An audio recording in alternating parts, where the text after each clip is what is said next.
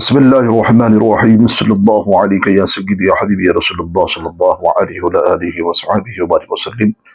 زیر رحمت کن نظر برحال دارم یا رسول اللہ غریبا بین و مقاک سرم یا رسول اللہ صلی اللہ علیہ وآلہ آلہ وصحبہ وسلم۔ میلاد مصطفیٰ صلی اللہ علیہ وسلم کے تعلق سے ہم نے پچھلے ویڈیو میں قرآن مجید کی چند آیتوں سے میلاد پاک کا ثبوت پیش کیا تھا۔ اس میں چند آیتوں کو ہم نے دلائل کے طور پہ پیش کیا تاکہ مخالفین کو معلوم ہو سکے کہ میلاد پاک مصطفیٰ صلی اللہ علیہ وسلم کا تذکرہ قرآن کی کن کن آیتوں سے اشارتاً وضاحتاً ملتا ہے۔ اب ہم کچھ ایسے احادیث طیبہ ہے جس میں سرکار مدینہ صلی اللہ علیہ وسلم نے اپنے حسب اور نسب کے فضائل کو، اپنے شان کریمی اور اپنے مقام اور مرتبے کو آپ نے بیان فرمایا ہے۔ سرکار مدینہ صلی اللہ علیہ وسلم کی آمد پر سرکار مدینہ صلی اللہ علیہ وسلم نے اپنا نسب اور اپنا حسب کو بیان فرمایا ہے۔ سرکار رضوان صلی اللہ علیہ وسلم کس قبیلے سے آئے، کس طرح سے آپ تشریف لائے اور آپ کی آمد کس طرح سے ہوئی، اور پیدائش کے لحاظ سے، بعثت کے لحاظ سے، آنے کے لحاظ سے آپ کی آمد کس طرح سے ہوئی۔ سرکار نے خود حدیث طیبہ میں اور آپ نے خود یہ اپنے فضائل کو بیان فرمایا ہے، جیسا کہ حضرت ابو ہریرہ رضی اللہ تعالیٰ صحابی رسول ہے، بخاری شریف اور مشکات شریف میں یہ حدیث پاک ہے۔ ابو ہریرہ رضی اللہ تعالیٰ فرماتے ہیں کہ رسول پاک علیہ السلام نے فرمایا، مجھے آدمیوں کے بہتر زمانے میں پیدا کیا گیا اور زمانے کے بعد زمانہ گزرتا گیا، یہاں تک کہ میری جلوہ گری، میری آمد ہو گئی اور اس زمانے میں ہوئی ہے۔ یعنی کہ بہتر زمانے میں اور بہتر آدمیوں کے زمانے میں آپ کی بعثت، یعنی کہ آپ کا تشریف لانا، آپ کی ولادت باسعادت ہونا، تو اللہ رب العزت نے بہتر زمانے میں، بہتر آدمیوں میں اللہ نے آپ کو جلوہ گری اور آپ کی آمد، آپ کی ولادت باسعادت ہوئی ہے۔ اور دوسری حدیث پاک میں ہے، مسلم شریف کی حدیث پاک میں ہے، واصلہ بن اسقع رضی اللہ تعالیٰ صحابی رسول روایت کرتے ہیں کہ رسول پاک علیہ السلام نے سے سنا، آپ فرما رہے تھے کہ اللہ تعالیٰ نے اسماعیل علیہ السلام کی اولاد پاک سے، یعنی کہ کنانا کو چنا، اور کنانا سے قریش کو چنا، اور قریش سے بنی ہاشم کو چنا، اور بنی ہاشم سے مجھے چنا ہے۔ تو حضور پاک علیہ السلام کس قبیلے سے، کس طرح سے آپ تشریف لا رہے ہیں کہ آپ نے خود اپنی آمد کا تذکرہ، اپنے قبیلے اور خاندان کا تذکرہ بھی فرمایا ہے۔ تو آپ کس خاندان سے، کس قبیلے سے آپ تشریف لائے ہیں، آپ نے اس کا بھی تذکرہ فرمایا ہے۔ تو میرے عزیزان محترم، ولادت پاک مصطفیٰ، آمد مصطفیٰ کے محفل میں، میلاد میں، یہی تو آپ کے فضائل اور آپ کے مناقب اور آپ کا سلسلہ نسب اور فضائل اور حسب کو بیان کیا جاتا ہے۔ آپ کس قبیلے سے، کس طرح سے تشریف لائے ہیں، یہی تو میلاد ہے، یہی تو آمد مصطفیٰ کا تذکرہ ہوتا ہے۔ پھر ترمذی شریف کی حدیث پاک میں ہے، تیسری حدیث پاک ہے، اللہ تعالیٰ نے ابراہیم علیہ السلام سے اسماعیل علیہ السلام کو چنا، اور اولاد اسماعیل علیہ السلام سے بنی کنانا کو چنا ہے، اور بنی کنانا سے قریش، قریش سے بنی ہاشم ہے، اور بنی ہاشم میں رسول پاک علیہ السلام تشریف لائے ہیں۔ اور بڑی لطیف اور بڑی پیاری بات یہ ہے کہ علماء اکرام یہ فرماتے ہیں کہ اسماعیل علیہ السلام کی نسل پاک سے جب سرکار تشریف لائے ہیں تو سرکار کے علاوہ اس خاندان، اس قبیلے میں کوئی اور نبی تشریف نہیں لائے، جیسا کہ حضرت اسحاق علیہ السلام بھی حضرت ابراہیم علیہ السلام کے بیٹے ہیں، لیکن ان کی نسل پاک میں ہزاروں انبیاء علیہ السلام تشریف لائے، لیکن سرکار مدینہ صلی اللہ علیہ وسلم اسماعیل علیہ السلام کی نسل پاک، ان کے قبیلے سے، ان کے خاندان سے جب تشریف لا لے ہیں تو ان کے خاندان اور قبیلے میں سرکار کے سوا کوئی اور نہیں آئے ہیں۔ یہ سرکار کی شان ہے، یہ عظمت ہے کہ آپ کس انداز سے اکیلے تنہا تشریف لائے ہیں اس خاندان قبیلے میں۔ تو رسول پاک علیہ السلام کی وہ شان ہے۔ ترمذی شریف میں یہ حدیث پاک ہے، چوتھی دلیل ہے کہ حضرت ابو ہریرہ رضی اللہ تعالیٰ عنہ روایت کرتے ہیں کہ سرکار نے اپنی آمد کا تذکرہ کس طرح سے فرمایا ہے۔ لوگ پوچھتے ہیں کہ سرکار کی آمد کا میلاد کا تذکرہ کہاں ہے، جبکہ احادیث طیبہ بھری پڑی ہیں، سرکار نے خود اپنی آمد کا تذکرہ فرمایا ہے۔ تو سرکار مدینہ صلی اللہ علیہ وسلم سے عرض کرنے لگے کہ یا رسول اللہ، آپ کو نبوت کب ملی ہے، آپ کی پیدائش کب ہوئی ہے، اور آپ کو منصب نبوت کب ادا کیا گیا؟ فرمایا کہ رسول پاک علیہ الصلوۃ والسلام نے فرمایا کہ جب حضرت آدم علیہ الصلوۃ والسلام اپنی روح اور جسم کے درمیان تھے، اس سے پہلے اللہ نے مجھے منصب نبوت و مقام و مرتبہ مجھے عطا فرما دیا تھا۔ تو حضرت آدم علیہ السلام روح اور جسم کے درمیان ہے، اس سے پہلے ہی اللہ رب العزت نے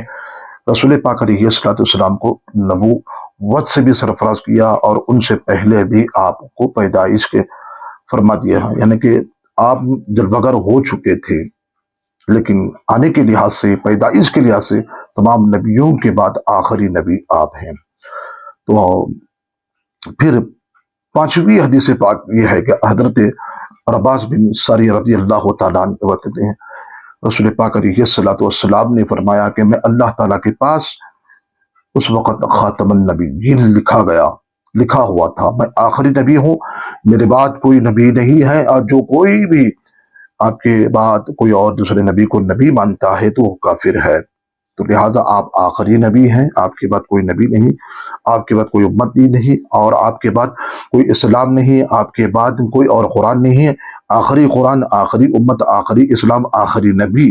اب اس نبی کے بعد کوئی نبی نہیں، آپ ہی نبی ہیں اور آخری نبی ہیں۔ تو اللہ تعالیٰ کے پاس خاتم النبیین، آخری نبی لکھا ہوا تھا۔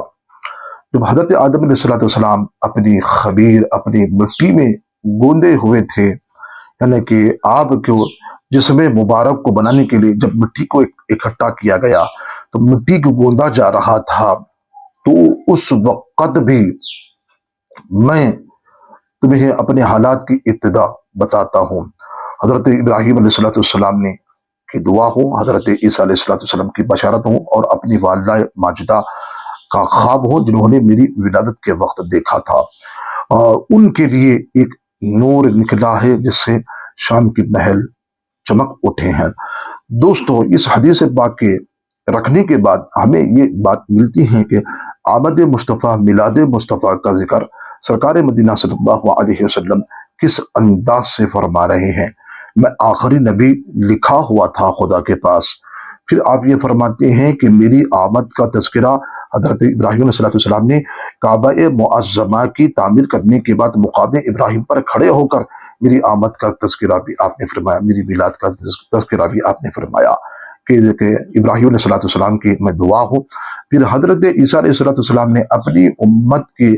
درمیان میں، بنی اسرائیل کے درمیان میں آپ نے اس نبی پاک علیہ السلام کی آمد کا تذکرہ، اس خوشخبری اور بشارت بھی دی ہے۔ قرآن مجید کے اندر سورہ صف میں ہے یہ آیت ہم کو ملتی ہے کہ عیسیٰ علیہ السلام نے آپ کی آمد کا تذکرہ بھی فرمایا ہے۔ پھر دوسرا کہ آپ یہ بھی فرماتے ہیں کہ میں اپنی والدہ ماجدہ کا وہ خواب ہوں جس وقت آپ نے دیکھا ہے کہ سرکار مدینہ صلی اللہ علیہ وسلم 12 ربیع الاول کے وقت میں، صبح صادق کے وقت میں، رات جا رہی تھی، دن آ رہا تھا، اسی درمیان میں اس وقت تمام فرشتے قریب ہو چکے، تارے قریب ہو چکے تھے، اور ماں حوا اور دیگر اور خواتین اور حوریں بھی قریب ہو چکے تھے، اور جنت کا مشروب حضرت سیدہ طیبہ طاہرہ آمنہ رضی اللہ تعالیٰ عنہ کو دیا گیا۔ تو اس وقت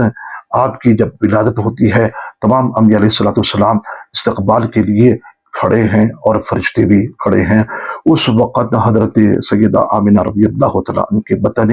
مبارک سے سرکار مدینہ صلی اللہ علیہ وسلم سے ایک ایسا نور نکلتا ہے۔ سیدہ آمنہ رضی اللہ تعالیٰ فرماتی ہے کہ جب سرکار پیدا ہوئے تو اس وقت میرا گھر بھی روشن ہو گیا، اور جب میرا گھر روشن ہوا ہے اسی روشنی میں میں نے مکے میں رہ کر، اور ملک شام جو مکے سے کافی دور 1 مہینہ یا 1.5 مہینے کا سفر ہوتا ہے پیدل کے حساب سے اور اونٹ کے سفر کے حساب سے، اگر اب کے حساب سے اگر جائیں گے تو 2 گھنٹے کا سفر ہوتا ہے مکے سے ملک شام کا سفر۔ تو سیدہ طیبہ آمنہ رضی اللہ تعالیٰ عنہ فرماتی ہے کہ سرکار کی ولادت باسعادت کے وقت میں مجھ سے ایک ایسا نور نکلا، گھر روشن ہوا، اور اسی روشنی میں میں نے مکے ہی کے کمرے میں ملک شام کی وہ محلات کو میں نے دیکھا ہے، اور ملک شام کی وہ محلات چمک اٹھے ہیں۔ یعنی کہ یہ اشارہ بتایا جا رہا ہے کہ فتوی رضوی شریف میں اعلیٰ حضرت امام اہل سنت اشرف امام احمد رضا خان فضل بریلوی رحمۃ اللہ تعالی علیہ فرماتے ہیں، تو جس سے ملک شام کے محلات کا چمک اٹھنا، اس سے یہ ثابت ہوتا ہے کہ آپ کی حکومت ملک شام میں ہوگی، آپ کی حکومت، آپ کی سلطنت ملک شام میں ہوگی۔ تو اس کا یہ مطلب یہ ہوتا ہے کہ آپ ہی کے غلام اور آپ ہی کے رشتہ دار کاتب وحی حضرت امیر معاویہ رضی اللہ تعالی عنہ کو، جو سلطنت، جو پہلے اسلام کے سلطان، جو بادشاہ بنے، وہ سرکار مدینہ صلی اللہ علیہ وسلم کی وہ دعا کا نتیجہ تھا، اور سرکار مدینہ صلی اللہ علیہ وسلم کی وہ دعا کے نتیجے میں آپ وہاں کے 40 سال آپ نے ملک شام پر حکومت کی۔ حضرت امیر معاویہ رضی اللہ تعالیٰ عنہ کی حکومت دراصل سرکار ہی کی دعا ہے، سرکار ہی کا نظر کرم ہے، وہ سرکار ہی کی حکومت ہے۔ تو اس سے یہ مراد یہ بتایا جاتا ہے علماء کرام۔ تو میرے عزیزان محترم، رسول پاک علیہ الصلوۃ والسلام جو پیدائش کے لحاظ سے پہلے ہے، تمام نبیوں سے پہلے ہے، اور آنے کے لحاظ سے ولادت باسعادت کے مطابق آپ آنے کے حساب سے آخری ہیں، اس لیے کہ رسول پاک علیہ الصلوۃ والسلام کی آمد کا تذکرہ ہے، اور سرکار کی ولادت باسعادت کے وقت میں حضرت عبد المطلب رضی اللہ تعالیٰ نے خوشی کے موقع پر آپ نے کھانا بھی کھلایا، جس کو امام جلال الدین سیوطی علیہ رحمۃ اللہ نے بھی ذکر کیا ہے۔ اور اس کے بعد سرکار مدینہ صلی اللہ علیہ وسلم نے خود، آپ نے اپنی حیات طیبہ میں، سرکار مدینہ صلی اللہ علیہ وسلم نے اپنی ولادت باسعادت کے دن خوشی کے موقع پر آپ نے بھی کھانے کا اہتمام کیا، کھانا کھلایا ہے۔ اس کو امام جلال الدین سیوطی علیہ رحمۃ اللہ نے بھی لکھا ہے۔ پھر اور ایک بات یہ ہے کہ مسلم شریف میں سرکار مدینہ صلی اللہ علیہ وسلم نے ہے کہ سرکار مدینہ صلی اللہ علیہ وسلم ہر پیر کو روزے کا اہتمام کرتے تھے اور روزہ رکھا کرتے تھے، کیونکہ اسی دن میری ولادت باسعادت ہوئی ہے، اور اسی دن کی خوشی میں روزے کا اہتمام بھی کرتا ہوں۔ اب حاسدین اور مخالفین یہ کہہ سکتے ہیں کہ سرکار نے روزہ رکھا ہے کہ تم روزہ رکھنا چاہیے، کیونکہ کھانے کا، یہ ڈنڈے ونڈے لگانے کا ضرورت کیا ہے؟ تو سرکار مدینہ صلی اللہ علیہ وسلم کم سے کم آپ نے اپنی ولادت باسعادت کا یہ پیغام تو دیا ہے کہ میری میلاد کا ذکر ہے، میں روزہ کا اہتمام کر رہا ہوں، لیکن دیگر اور چیزیں کرنا، کھانا کھلانا، ڈنڈے لگانا، یہ تو کوئی ناجائز، کوئی حرام تو نہیں ہے، بلکہ سرکار کی آمد میں، سرکار کی خوشی میں یہ ہم اس طرح کا اہتمام کرتے ہیں، بالکل جائز ہے، یہ اسراف نہیں ہے۔ اسراف کہنے والے خود اپنا محاسبہ کرے، کہ ہم اپنا محاسبہ کر لے، جواب تم کو دینا ہوگا۔ اللہ رب العزت کی بارگاہ میں یہی دعا ہے، پروردگار ہم سب کو صحیح سمجھنے کی صلاحیت عطا فرمائیں، اور میلاد پاک مصطفیٰ کی برکتیں و فیضان ہمیں عطا فرمائیں، خاتمہ بالخیر ہمیں بھی عطا فرمائیں۔